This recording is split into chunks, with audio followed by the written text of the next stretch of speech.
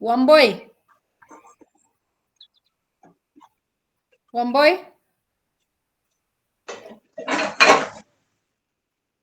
Grace Kerubo. Okay, for me, What is can say internal control? Yeah. I can say internal control is maybe Yeah. take for example an organization Yeah. looking at its internal factors like how it manages its funds and how the directors manage those funds. Yeah.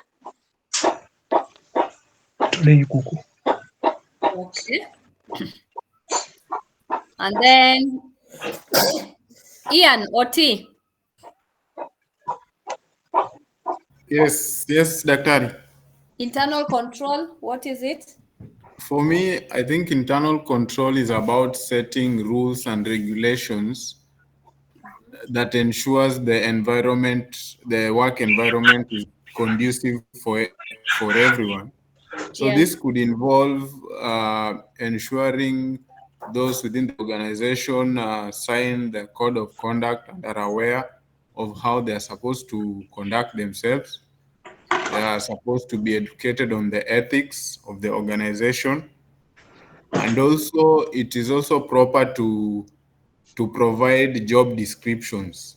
And sometimes they call them JDs, where each person is aware of the roles and responsibilities they are expected to handle. Mm-hmm.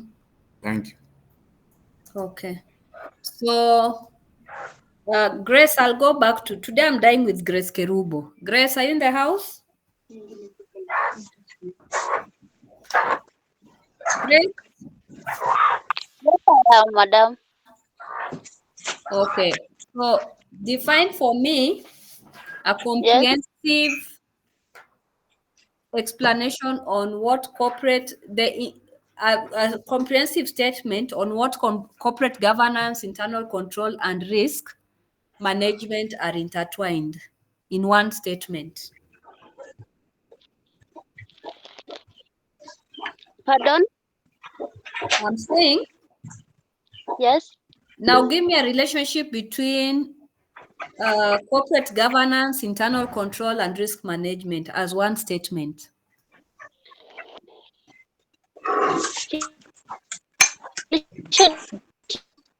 Is these are the corporate governance, these are the rules, and internal control, these are the how to manage, and the risk, how to mitigate, and how the risks appear and how to mitigate these risks. Very good. Can you all give a hearty clap? Yes, you've done well. Oh, thank you. Yes. Somebody is saying I've not given a chance to speak. Who was it?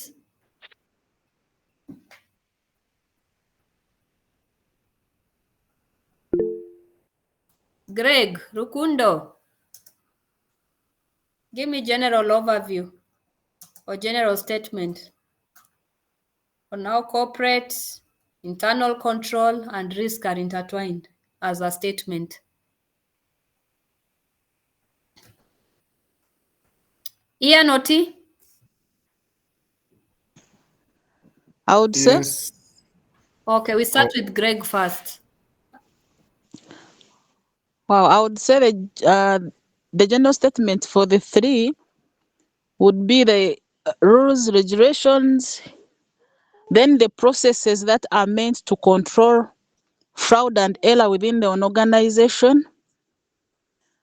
Then risk management is all about managing those processes and systems and rules within the organization to ensure to ensure efficiency and effectiveness of an organization.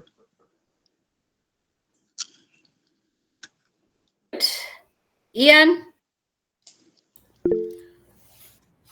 From my end, I believe for a successful corporate governance, it is imperative to ensure there's risk management. For instance, we need to ensure that people don't overstep their mandate. You don't do a role that is not within your purview, so that you don't step on other people's toes and everybody can, it all goes about to ensuring the environment is conducive for everyone to work. I don't know if that makes sense. Very much correct. You're all right by your experience and the points you've all shared. And I would say what Ian has stated is correct. What her name, Greg, has stated is equally correct. And who else? Ayub, I'm seeing you're raising your hand. You also want to add some point? Please. I wanted to add to one point. Yeah. I was saying maybe on the internal control. Yeah. From the way I define the corporate and whatever governance, I wanted to add also in the internal control we have these are maybe the management system or quality management system which I mentioned, and the procedure manuals and the guidelines in the place which are measurable to enable the organization perform its work well. Yes. For example, we have this a performance contract, which is one of maybe the tools which can state how the organization or an individual is working in a particular department. Thank you. Very correct. So you're all right by your statements, as you've clearly stated, and I'm seeing you all of you in the right track from the learning outcome number 1, learning outcome number 2, and as we are progressing in learning outcome number 3, I'm seeing it will be a walkover for most of you. So basically, we will now get to the next slide. Bernard, next slide.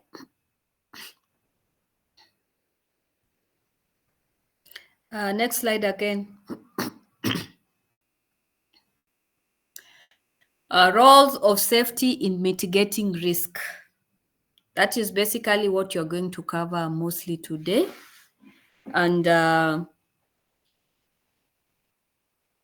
you've all explained how risks come about.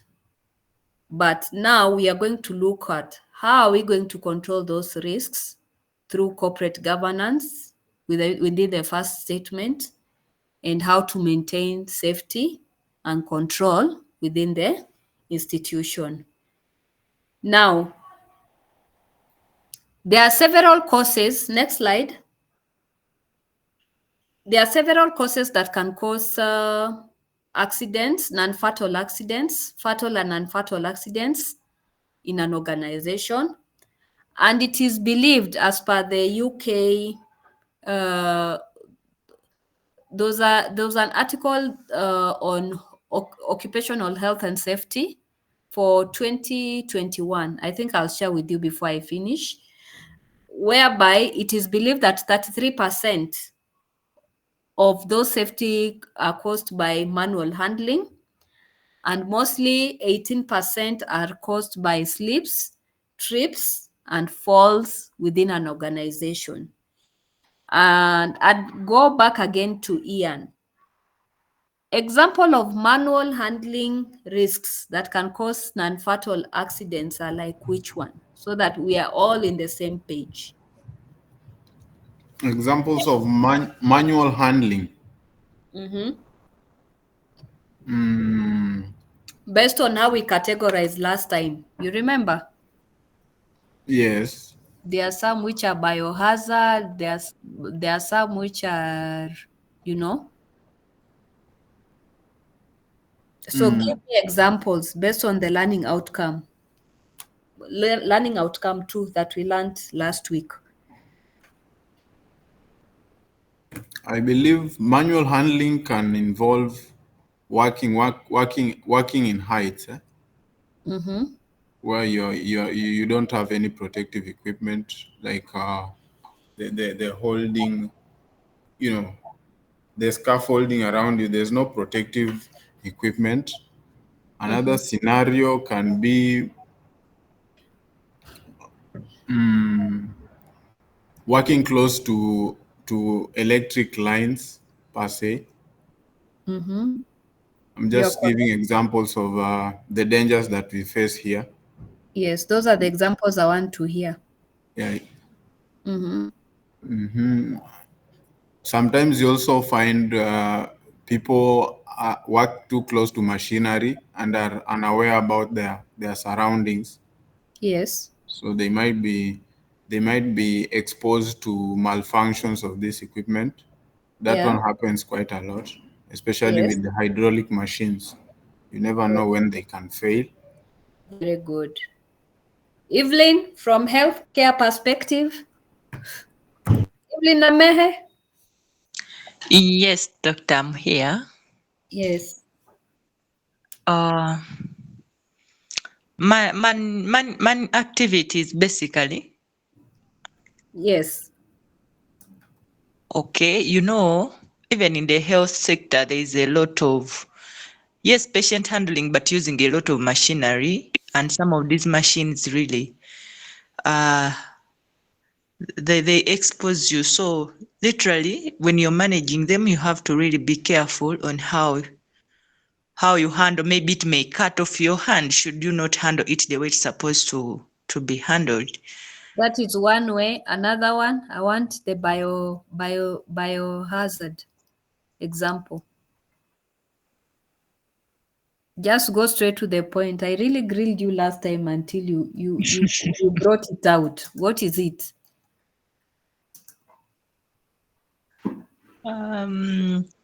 Exposure to bacteria and viruses.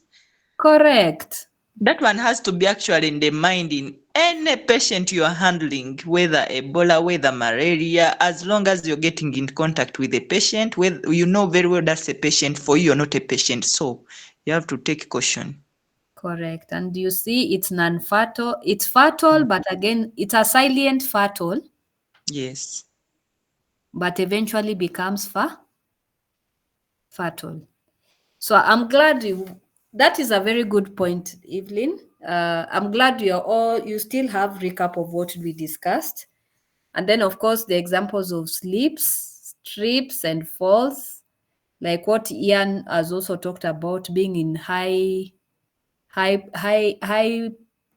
place where you're doing some cleaning in a tall building. Then if there are no proper safety measures of how you're operating, people end up falling, isn't it? We've had such cases, right? Trips and slips. So up to that point, again, it's good you've all picked up the points. So we'll go next to the first point. Next slide. No. Slide number 6.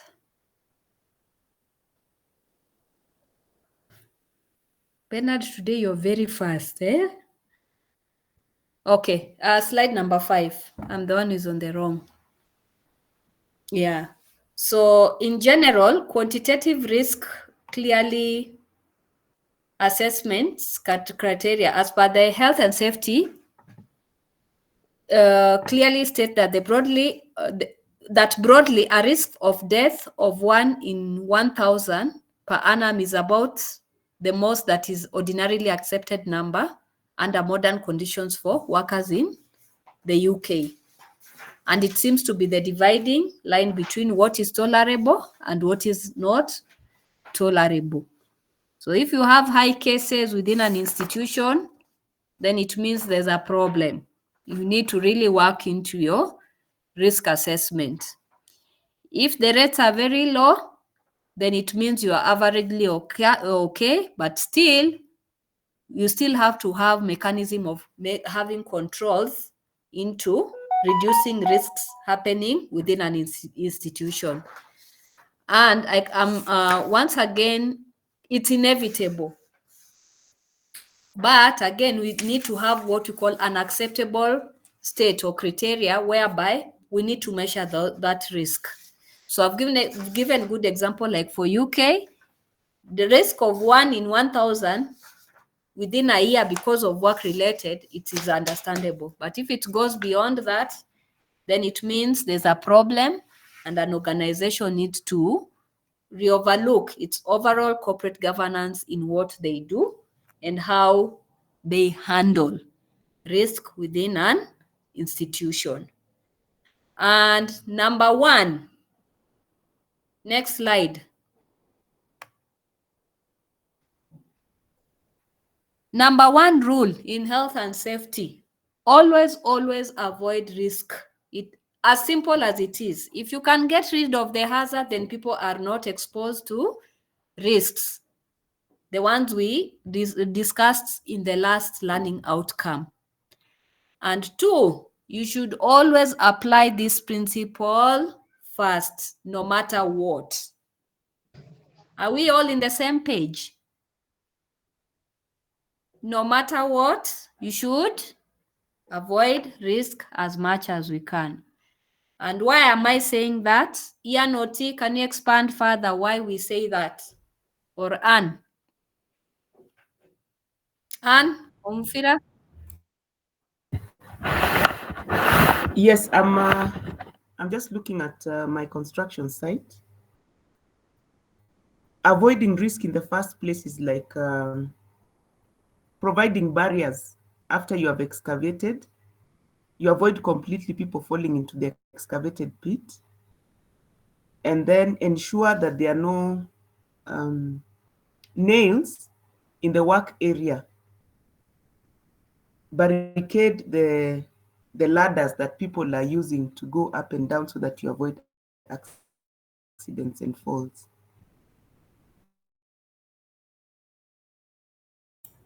Good. Oti?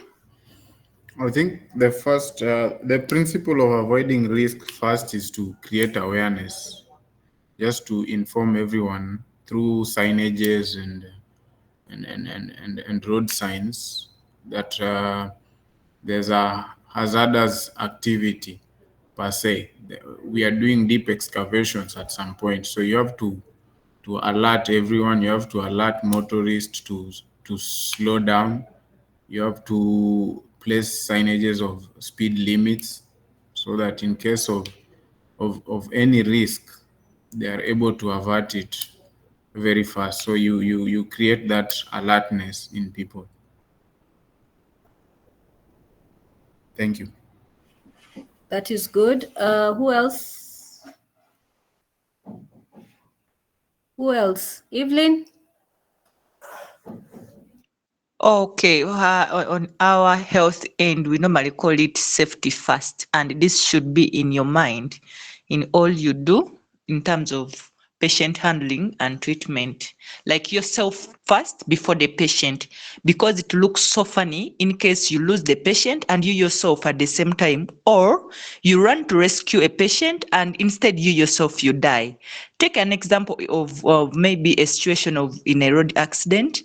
Like a road accident has happened, we are running to rescue these casualties, and then I'm not putting on any gloves. The scene is not safe, like other vehicles are passing, the traffic is not controlled. So if I don't ensure all those are made initially, I can easily also become a victim on that accident scene. So we have our saying in the health sector that personal safety first, of me, the lifesaver, then the patient next, whom I also aim to save that life. Thank you.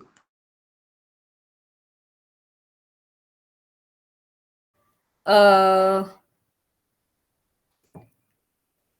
you are all right by what you've said. We need to avoid risk as in general, just avoid risk. Number 2, this is principle in corporate governance. Evaluate unavoidable risk, which requires you to take risk assessment. If you can't get rid of a hazard, you must assess it. So how do you go about that? in a simple scenario. And I'll give Greg opportunity to explain. Over to you, Greg. Greg? Greg, you've taken off. You're offline. Ayub? Ayub Mtanda? Lydia? Where are people? Lydia?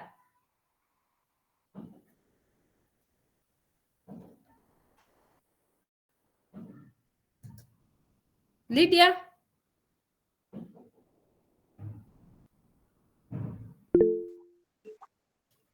Number 2, Bernard, go to slide 2.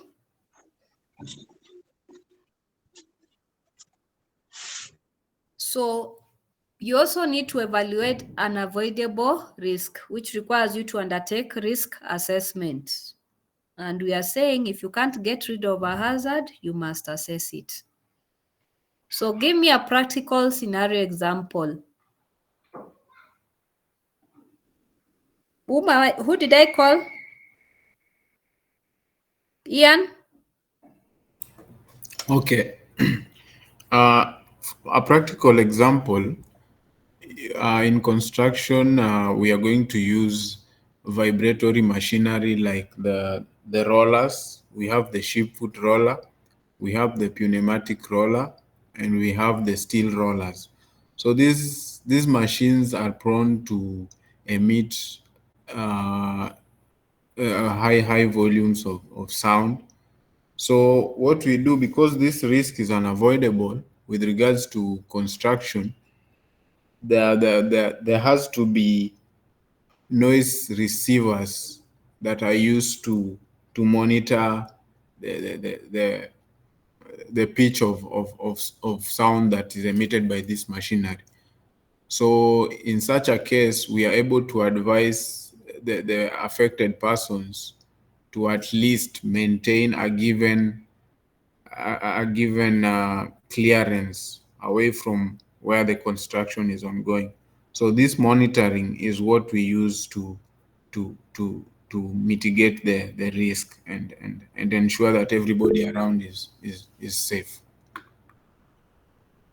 Thank you. Correct. Who else?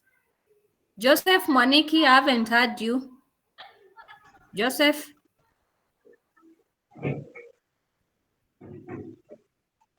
Ayub? Okay, thank you. Maybe I can give an example of what Evelyn Iname has said, that your safety first. For example, we have an accident, maybe whether it's a road accident or maybe we have a fire, or maybe the house is burning.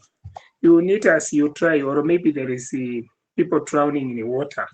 You need also to assess if you are trying now to rescue this person from water or from the fire.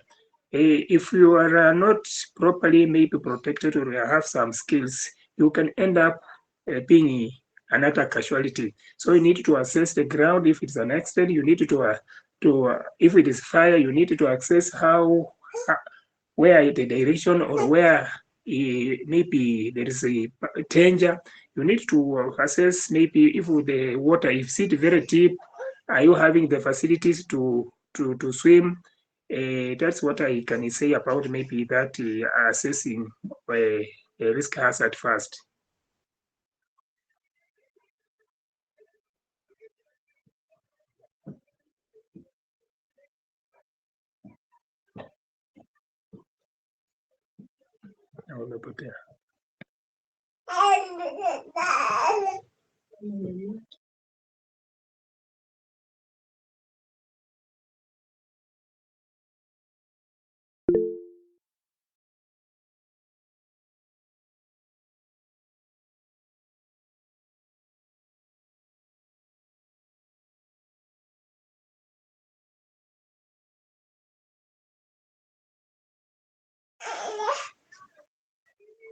Hello, did you get me clearly? Yes, I got you clearly. Nancy? Nancy? Hi. Hi. Give me sentiments. Okay, so for me, I would give an example of when you're doing construction, let's say road construction, you know you cannot avoid to create diversions because you have to work on the area that the road has to pass through.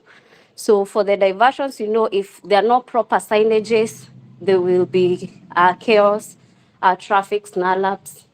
So the first thing that you come up with is a traffic management plan. You already know who is going to be affected because you also have to map out the people who are going to be affected by this risk. Then you bring them together to be able to come up with a good traffic management plan.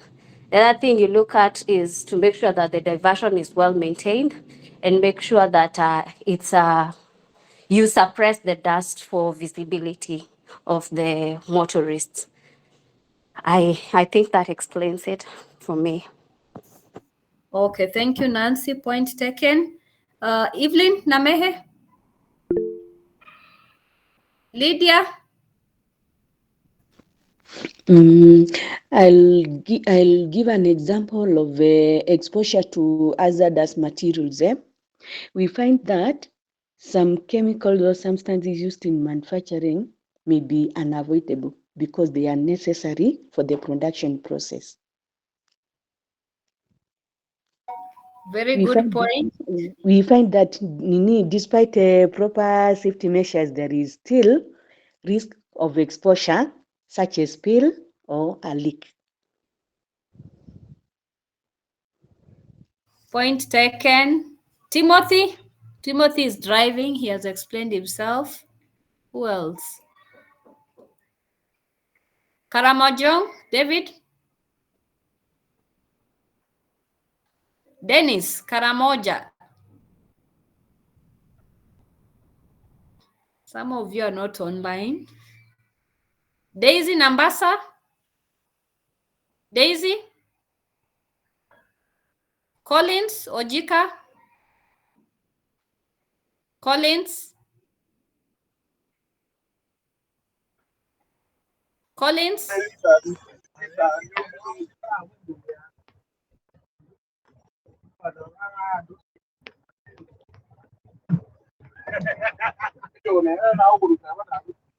Collins? Austin?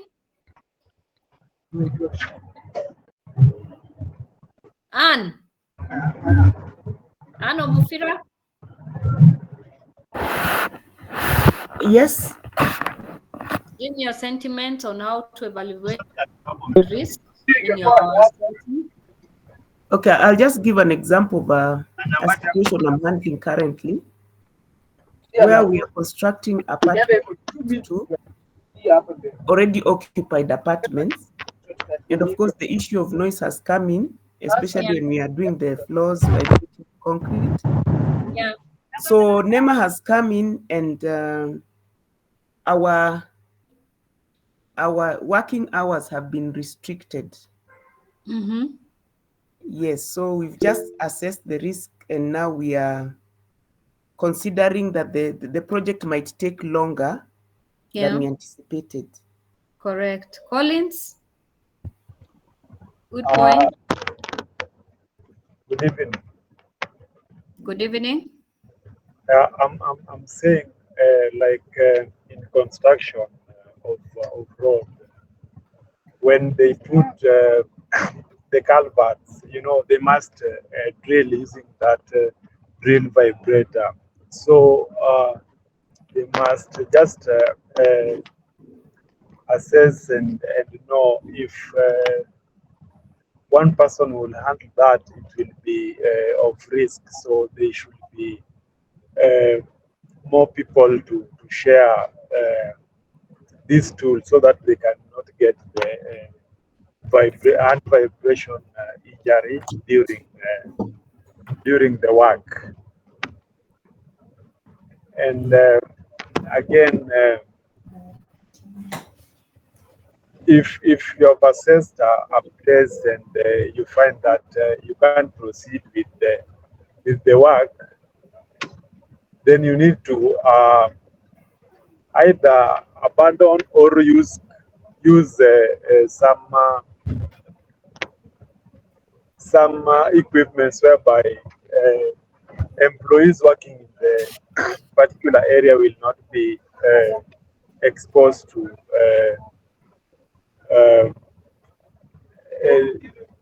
duties which will eventually make them injure themselves. That's the only thing I can add. Correct. Collins, put your microphone down. All those points we've all shared are valid, and they are all mechanisms of evaluating and avoiding risk within an institution, which all of us must have in mind in any setup within an institution on how to control and avoid risk within an organization. So up to that point taken, we go now to next slide. Bernard, next slide. Number 3, also combat the risk at source. And what we mean by this statement is that in this phase, you try to deal with the hazard at its root before it actually occurs, the root cause. And then if you have a noisy machine, just like what Anne has explained in her settings where she's into construction, then a construction institution, other mechanism of helping is through giving staff hearing protection, which is not dealing with the root of the problem, like what last time she said, or even moving those members into another room, but still the noise is still there. And for such a situation, you've had Anne clearly state that they were forced to put on hold the project because of the risks behind it. So that is also another way. Or if you enclose the machine so that it is not noisy, or if you replace the machine with a quieter one, then you are combating the risk at the source. At that point, have you all understood? Yes, Doctor. Yes. So those are the 3 main things you need to look into when handling risk within an institution. So we go to the next slide. Number 4, adapt the work to the individual, whereby it is a principle of arranging workplace and tasks to take into account your employees and to reduce the effect of work on health. So this statement, I'll give Nancy to elaborate further with a practical example in her setting. Over to you, Nancy. Nancy Nzoka. Thank you very much. This is the principle of arranging the workplace task to. Oh, so in let's say at our workplace, we have several inspectors who oversee the construction works on site. So what we do, because they work long hours, you create a schedule where they can interchange to balance the working hours, make sure that they're not too fatigued. At some point, the work is too much, but the contractor is able to create maybe a 4-day off days, 4 days off days for all the employees to just take some time off work and relax before they go back to work. So I don't know if that explains it. This is a good scenario. Another one, Anne, over to you. Anne Omufira. Okay, I'll give an example of my former workplace where the work environment was such that people would sit for long hours. So what the HR department did was to introduce exercise sessions, what would I say, aerobics or something. So they organized for an instructor to come to work 2 days a week and it was free for employees. So people are encouraged to exercise so that they don't complain about back sitting for too long and everything. Yeah. Correct. That's a good point. Ayub, give me the third point, then we proceed to the next slide. What are you saying? Can you repeat the question? Give me a scenario within your institution on the point number 4. Okay, Adapt the maybe work to individual. Yeah. I can try according to my physical definition or understanding.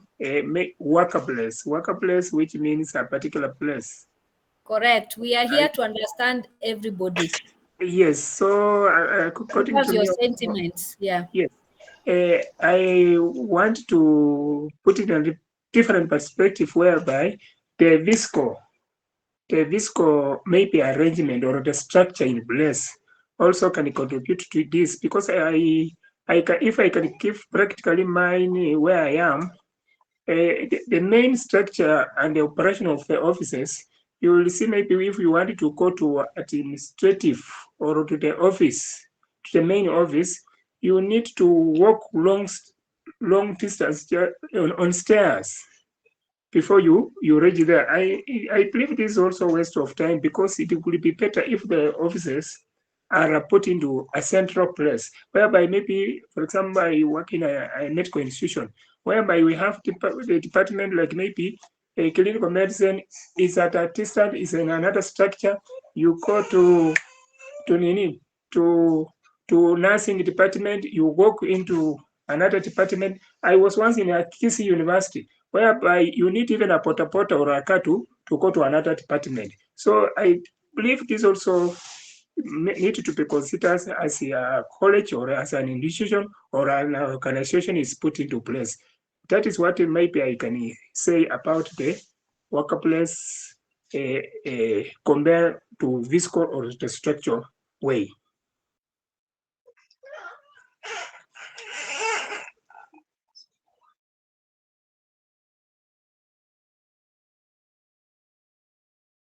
So correct, you're all correct by your all explanations basing on your work setup exam, setup institution.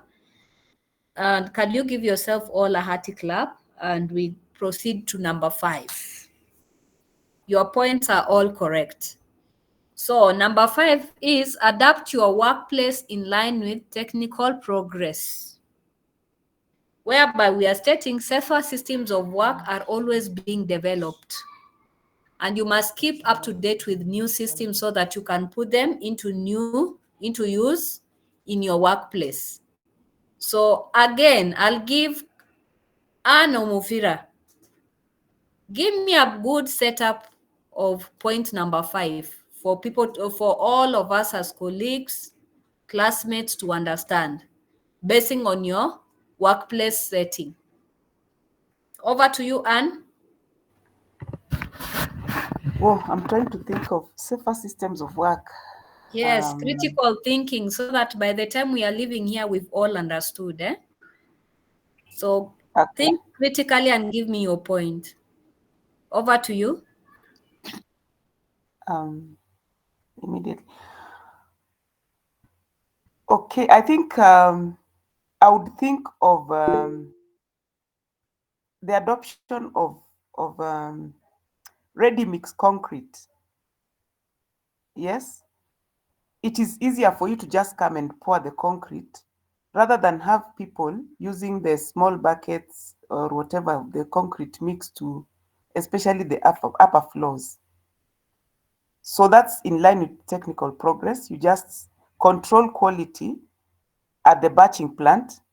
Then the mix is brought to site already mixed, and then it also just avoids accidents, because when you have so many people working on site and pouring the concrete manually, you risk even accidents, people falling, yes, and objects hitting them. Yeah, that's what I can think of. Good sentiments. Adongo Carol, my namesake. Adongo. Adong, Carol. Austin. People are online, but they are not in class.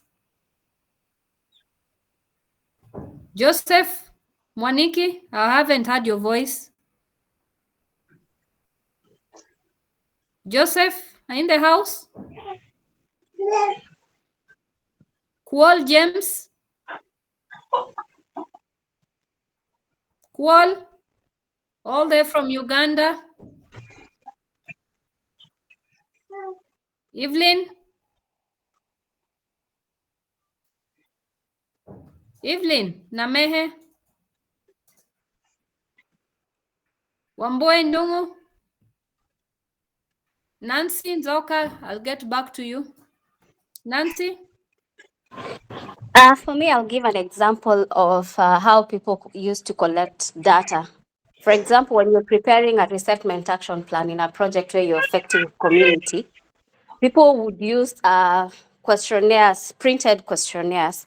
But right now, people have adopted Kobo Collect. Kobo Collect, it's like a software where you just key in data and then you analyze through it, and it makes your work easier and actually gives better results or the analytical data that you're looking for. Thank you. That is a very good point. Lydia? Very, very good point, Nancy. I love your point. Lydia Mutinda? Ian Oti? Mine is the most simplest of progress, technical progress. You find that when you're working within a long section, could be you're working along a 30-kilometer road. So to adapt your workplace so that you mitigate the risk of time wastage, you have to adopt technological progress like the use of portable toilets, where people don't have to move around so much in search of washrooms or where to, or drinking pots. So you have these movable drinking stations and toilets. Thank you. Very correct. Can you all give them hearty claps? They are valid, genuine points, which clearly fits to point number 5, especially like the one Nancy Nzoka shared with us. Moving out from the manual way to the automated way. And it was a good sentimental point that she shared, including the rest of the team. So we go to the next slide, rule number 6, whereby we are saying replace dangerous systems with safer alternatives. I'll give a good example, or this point clearly states that it applies to dangerous articles, substances, or systems of work. Or if you're using a solvent that may be toxic, then you should consider if there is a non-solvent alternative that is safer. And if you can take a step to make it safer, then do it. So again, I'll go back to Ian. You are the one this point clearly applies to based on your work setting. Can you give us a good point with a good explanation on your setting? Over to you, Ian. Oh, okay. We are talking about replacing dangerous systems with safer alternatives. So in our case, this could involve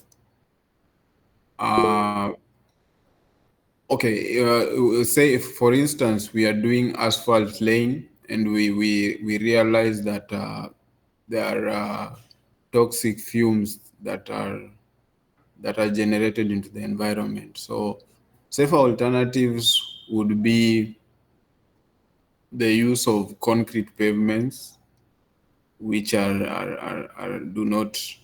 which you might not expose your team to toxic emissions, like the bitumen smoke. I don't know if that's a valid point for the class. Point taken. Nancy, give me a good example from your setup. I'll talk about the machineries that are used in the road construction. So if a machine is producing, just like Ian said, producing toxic fumes, you can have it replaced or have periodic maintenance to make sure that that does not occur. Thank you. Correct. Nancy Namehe from health sector. Nancy? I already gave out my point. Thanks. Not Nancy. What's Evelyn? Sorry. Namehe? Evelyn has taken off. And Ayub? Okay, the example I can give is it Anne or Ayub? Adoption. Sorry, okay. Let Anne start first, then Ayub. Anne? The adoption of the paint that we are using in most of the buildings. So we are slowly not using gloss oil paint because of its ability to spread fire in case of a fire in a building. Yeah, so you use silk vinyl, but not gloss oil paint. That's what I can think of. It is now time for Ayub. Yeah, okay. I will say. Yes, Ayub. Yes, we have these roofs we normally use, or which were previously used, these are pestles. I don't know if you understand them, these roofs. Some researchers came with some recommendation that they are not good, especially people tap water and use. So these vessels have we have some institutions which receive letters or maybe warnings from NEMA this is an organization which deals with the environment in Kenya, that they are supposed to be replaced. So in my institution, I've seen they have been trying to replace them with the current or the modern iron sheets. We can also call the way Nancy said about automation. I come now maybe to the departments like my organization which have libraries. Initially, we have been having bulk volumes of book which are now congested. Sometimes it is very dusty, but now with the introduction of automation, we are now having these e-books as we reduce the congestion in the libraries, as we ensure that we are having some few and which are accessible. That's what I can say. We can. I can also add this machine. There is a brother who has said we take that point seriously for the class. We have some offices. I have a colleague who was complaining on a group that there is this machine. Is it I don't know, a server which is located direct or which is stationed in his office. So whenever it's on, sometimes or these generators, you may find that maybe some of the generators immediately maybe the power goes off, and then maybe it has been connected automatically, and it is in your office. And I know it is assisting you, but sometimes you get it is giving you some shock. Unashtuka kidogo. Thank you.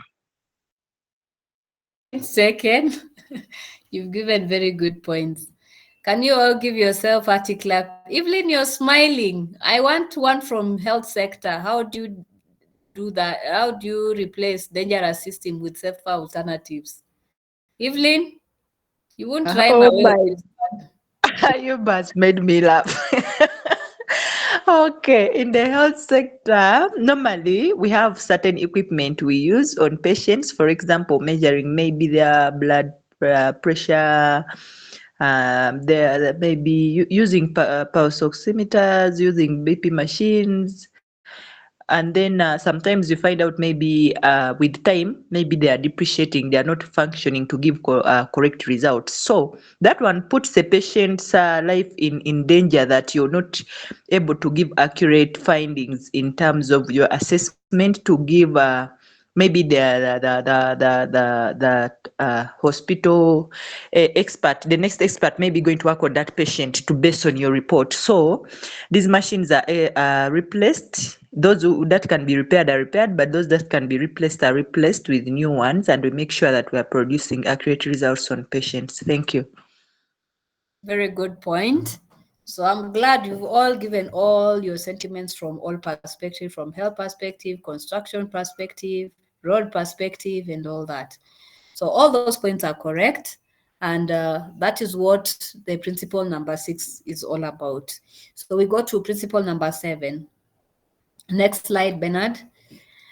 Whereby it's stating you develop a policy prevention. So if I may start by asking, what is a policy? Collins, are you in the house? Yes. What is a policy? Policy rules and regulations governing an organization or a company, so that employees may adhere to the policies which has been put across by the different organizations, department, or the hierarchy of the organization. Correct.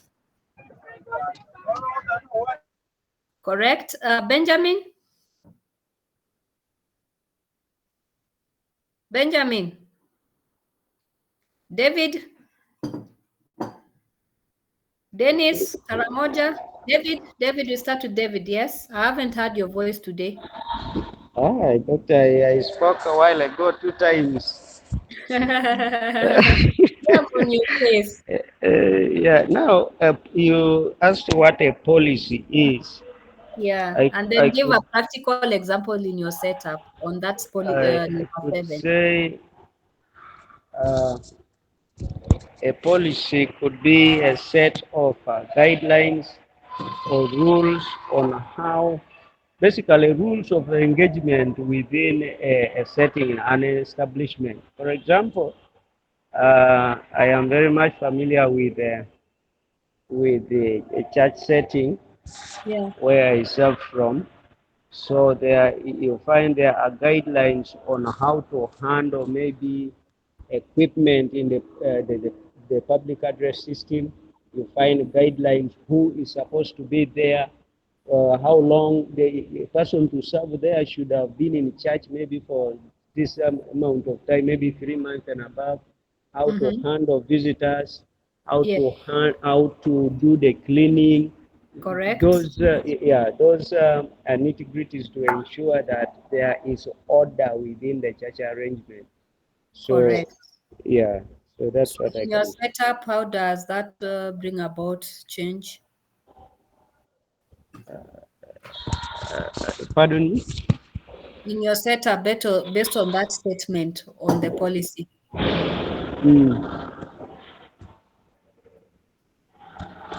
Doctor, maybe I've not got you well.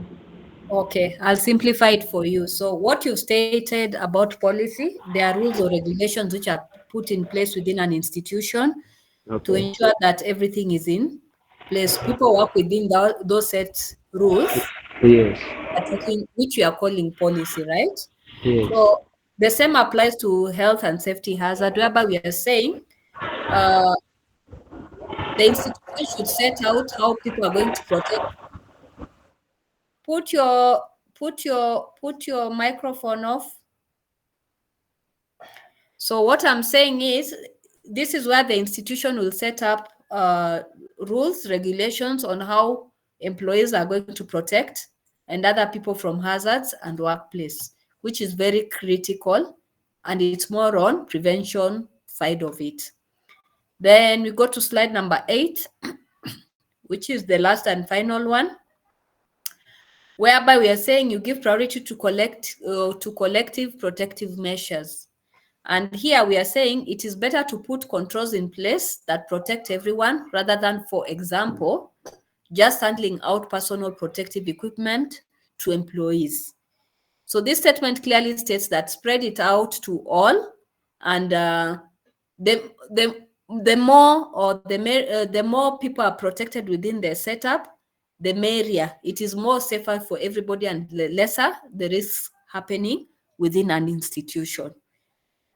So up to that bit, I believe you've all understood all the 8 principles, which I've taken you one by one, and you've given me practical examples within your setting. So next slide, please. Then, of course, there's also that bit of setting up time frame for putting control. So let's assume if it's very low, the color you're supposed to use is green, and you give a description of 1 to 2 with an action time frame of 12 months. If it is low, you put a description of 3. Color, you put semi-darker green, and action time frame 6 months.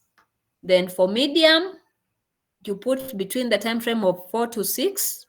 Time frame, the color, I don't know if it's amber, and you give a timeline of 1 month. For high, you put between 8 to 9. Color is yellow, and you give a time frame of 2 weeks. The last one is very high, which we always call unacceptable, danger. Description is between 12 to 16. You put color, which is red, and you give immediate action. Something needs to be done immediately to avoid further risks from happening within the institution. So can you all take that screenshot for further review and reading at your own time? Next slide, Bernard. So the next phase, we are going to discuss on barriers of implementing risk based on safety programs. And we'll start with the first slide, Bernard,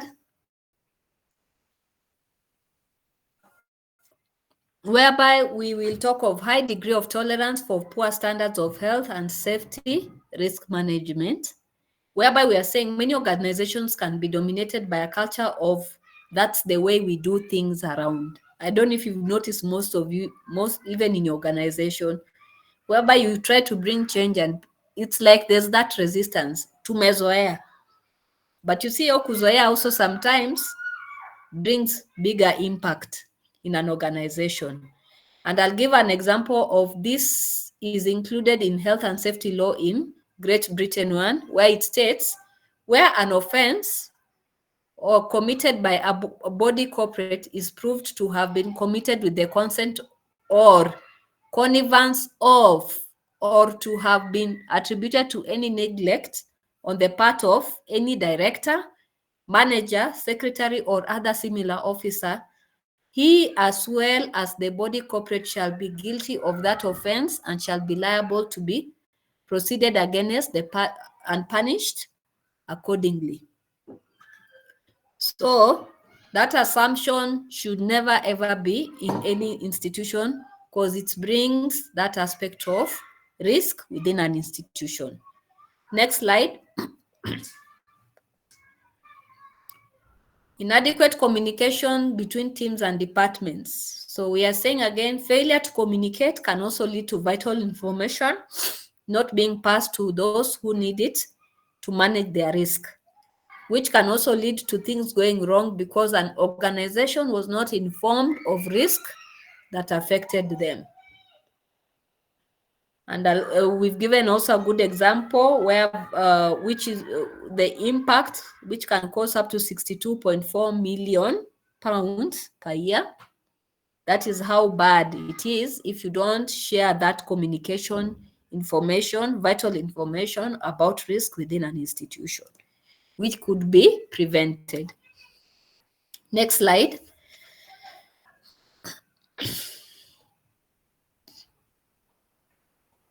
Bernard, next slide.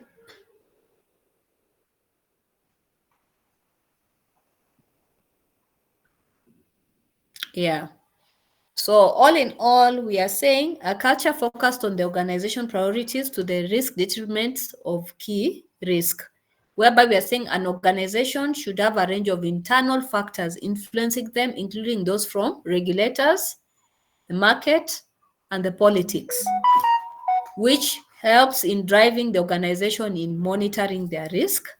And those influencing factors that senior managers consider to be most significant, either rightfully or wrongfully, then determine the organization culture and are a powerful influence on behavior of staff at all levels. So this again is where leadership now comes in. Unfortunately, following these priorities can take people's attention away from fundamental risks that should be managed. So all in all, there has to be balance on the culture within the institution on how to handle risk from leadership level up to the staff level of the staff who are under the management. Next slide. Bernard, next slide.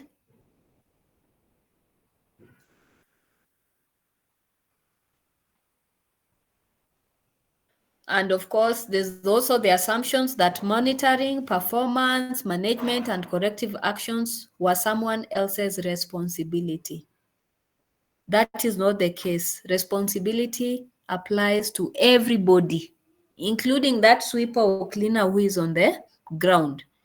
And we are saying here, management systems are likely to include requirements for monitoring, performance management, and corrective action. And indeed, it is a legal requirement in some sectors. Again, whilst there may be requirements for monitoring, performance management, and corrective action, people are not always clear whose responsibility it is.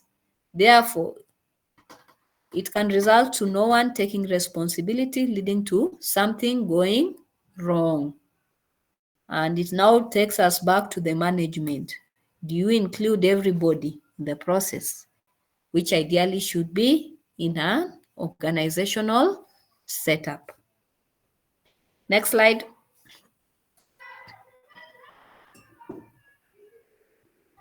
So this other slide clearly shows the inadequate training and impact and supervision, where supervision of specific risks not being looked into, early detection of a problem or situation not being looked into, and then cost of savings. There are things which could have been preventable, but once it already occurs, you see it has cost implications, like paying even like a risk that has led to maybe one, like a fall. You know how much the organization is going to cost to pay that compensation? It's a lot of money, which is going to go into loss, as compared to if the prevention or people took lead in assessing those risks as per the 8 principles that I shared earlier on. And then, of course, oversight of multiple teams and companies, whereby there's no clear path or direction on who is touching what, in a way that it's integrated within an institution and members are able to do an integrated approach of handling risk within an institution. And then fulfillment of regulations.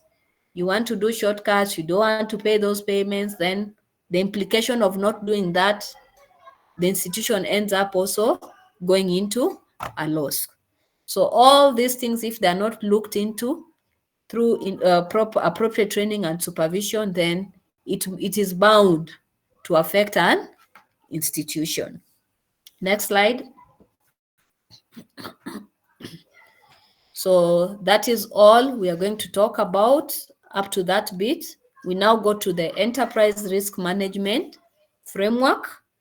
Next slide, Bernard. And enterprise risk management clearly defines as the management or capability to manage all business risks in pursuit of quality. And next slide. The ERM framework touches on several factors. 1, the coverage. 2, the risk expertise. 3, governance and policies. Risk and data management, which plays a significant role in an institution. And then management and evaluation and communication within an institution, which also plays a very vital role. And then control, environment, and then of course there's the response and stress testing due to impact of risk within the institution. So for coverage, we will look into what are the risks to our business strategy and operations. What is it that will affect our business within an institution? Then risk appetite. How much risk as an organization are you willing to take? Then, of course, there's the governance and practice. How good are we at overseeing risk taking?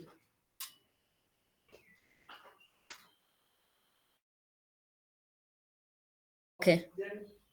Then number 4, risk data and infrastructure. How do we ensure we have the right information to manage risk? And then management and communication. How do we determine the size and scope of the risk and report of the results? And then, of course, control or environment, whereby how well do we manage the risk? And last, the response is, what are we doing about those risks? And then last but not least, stress testing, whereby we look at what else can we go wrong and how a risk intercorrected within the institution. And generally a highly circular depiction of how most organizations handle their risks within an institution. And within that circle, you'll also realize there are all the common components which are meant to be dynamic, reviewed back and forth in sequence for purpose of ensuring we are consistent in management of risk within an institution and having the right culture in all this. Our mentality, our perception will also dive and drive on how the institution will manage their risk as per the cycle of maintaining risk within an institution. Next slide. Up to that bit, I hope you've all understood. And you're saying ERM framework answers 3 basic questions. Number 1, should we do it? Whereby, is it aligned with business strategy, risk appetite, culture, value, and ethics? Number 2, can we do it? Whereby it touches on people, process, structure, technology, and technology capabilities. And then number 3, did we do it? Whereby assessment of expected results, continuous learning, and robust system of checks and balances are being looked into within an institution. So those are the 3 basic questions you should always ask yourself within an institution when looking into risk, and based on the ERM framework, cycle framework that I've shared with you on the previous slide. Next slide. So we'll go now to the description of ERM competencies. And under this, next slide, we are going to look into business strategy and risk coverage, whereby we are saying before the health and safety department can articulate its risk appetite, it must first determine its goals and objectives. i.e. its business strategy, which is aligned with the balanced scorecard of an institution. And of course, regardless of specific business strategy, an institution is exposed to following risks. Number 1, credit. Number 2, liquidity. Number 3, strategic business reputation. Number 4, markets. Number 5, operational. Number 6, compliance, legal or regulatory. Number 7 is financial. And number 8, can you extend the slide a bit, Bernard?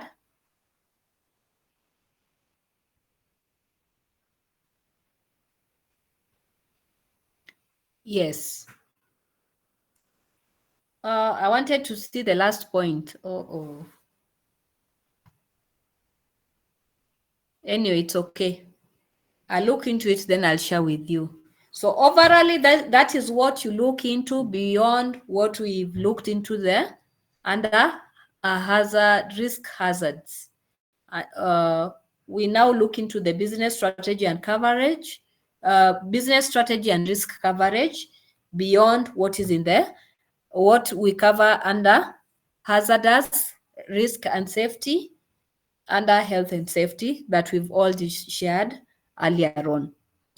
So next slide.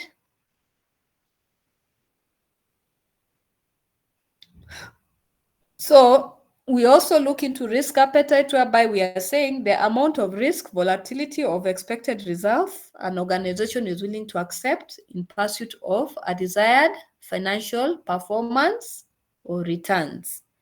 Again, it is also important for health and safety and the board of directors to understand within the same institution, to understand that critical links among strategy, business plans, and risks are very key in managing an institution. And these are the questions they should ask themselves. Why would we do that when we knew the hazard? I do riskier stuff than this at home. Those are things you should ask yourself. She had done it. She had done it 100 times before with no problem. Working on assumptions. It won't be that bad. Let's give it a try. Hizo ndio maswali watu hujiuliza. That is some of the questions people try and test. Yeah. That is how I was doing it. You don't want to accept change. And you see, as you're continuing to do, you are bringing implications within the institution. So those are some of the things we need to look when handling most of our risk appetite in terms of volatility and expected results and returns within an institution. Next slide. Next slide, Bernard.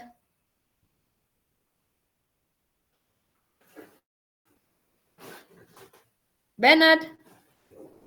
Yeah. Bernard. Yes. Then there's also the aspect of culture, governance, and policies, whereby culture is the most important aspect of any good ERM competency within an institution. Simply put, culture, governance, and policies collectively that will help the HSC and the institution manage its risk-taking activities. That is the secret to ensure that there's that continuity within an institution. Once you have your culture, people have adopted, you have top leadership taking lead in supporting its members or spearheading those risk activities, and of course policies which set up rules and guidelines that enable each and every staff within the institution set up in implementing ERM management within the institution. Next slide. And then, of course, there's the aspect of risks data infrastructure, whereby board of directors, management accomplish their risk management responsibility through a deep understanding of the company's risk profile, because you normally share those risk registers. Of course, some companies have spent more money, like 200 to 300 million, without yielding an appropriate business results. And any good risk management infrastructures require a highly robust management information system, which helps in managing the integrated approach of handling risk from corporate, operational. Remember those points I shared, cultural, political, and all that. Next slide. Bernard, next slide. The control of environment, whereby internal environment control is one of the most important tools in the management toolbox for managing risk. Of course, the system of internal controls includes culture, governance, policy, and preventive and detective controls, and scenario planning. Again, of course, management will also rely on internal controls to manage residual risk to an acceptable level within an institution. Next slide. Measurement and evaluation is also key. And you're saying regardless of the method used, measurement and evaluation will help the board and management answer the question. So what? The process of measurement and evaluation must also include the system of internal controls and must determine how well the risk can be managed on case-to-case basis through management policy, planning, implementation, inspection, and evaluation, using those 5 aspects of voluntary system approach in managing risk within an institution. Next slide. Scenario of planning and stress testing, whereby the art of ERM is the ability to answer the question, what can go wrong, hence create deviation from expected outcomes. And in that pursuit, management must also address known, knowable, and unknowable risk. Next slide. So summing up, the ERM approach basically touches on 6 steps. Basically touches on 6 steps. 1, risk identification. 2, risk assessment. 3, risk analysis. 4, implementation. 5, monitoring. And 6, evaluation. That is what ERM is all about, from all perspectives, from organizational, reputational, all that, operational, environmental, all that. These are the 6 steps institution needs to use when in summing up and looking into risk as an organization. Next slide.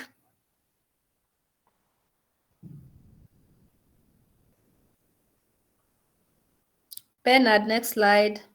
So health, safety, environmental, and catastrophic risks.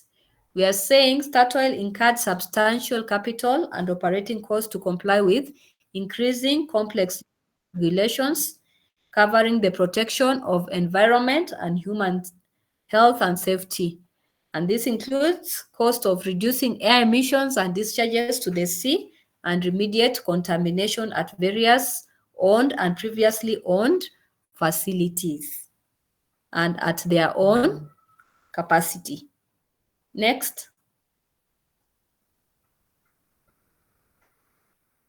So up to that, I hope you've all understood what risk is all about, corporate governance, and how they are all intertwined in management. So with that, is there anybody with a question? And we'll give chance to everybody to also answer. I'll not just answer alone. One will bring, another student will answer. Over to you, Bernard, and the team. Anyone with question?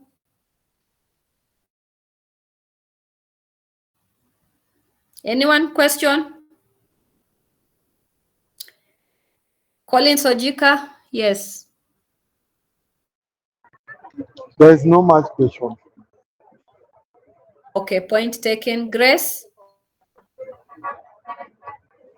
I have a question concerning how do you offer certificate? Because I'm new here and this is my first meeting, of course, but I don't know how you people do your own meetings and how you offer certificates. I want a clarification, please. First, before we go into that bit, we will guide you once we are winding up. Bernard will guide you. But first and foremost, sign up. Do you have questions based on what we've discussed today? Grace? Grace? Any question? I hope you've all understood. So thank you very much for your cooperation and support. And I'll take it back to Nancy. Mine is to say that it has been a very great session. I have really enjoyed